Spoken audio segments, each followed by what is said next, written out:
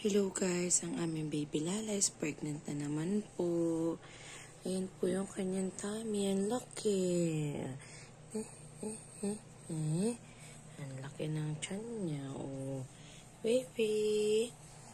Ang laki po ng tummy niya. Oh, magtuo na rin. Bali na buntis po siya is November 4. November 1. So expected namin is January 1. Manganganak na po siya ulit.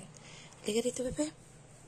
Nandito po siya ngayon sa may aircon, sa may kwarto po kasi medyo mainit po sa labas. Hindi na nga po namin siya napag-groom para sana medyo maaliwalas yung pakaramdam niya. Ito na po yung pangatlo niyang pregnancy. Tas after po nito is papakapon na po namin siya kasi ilang beses na siyang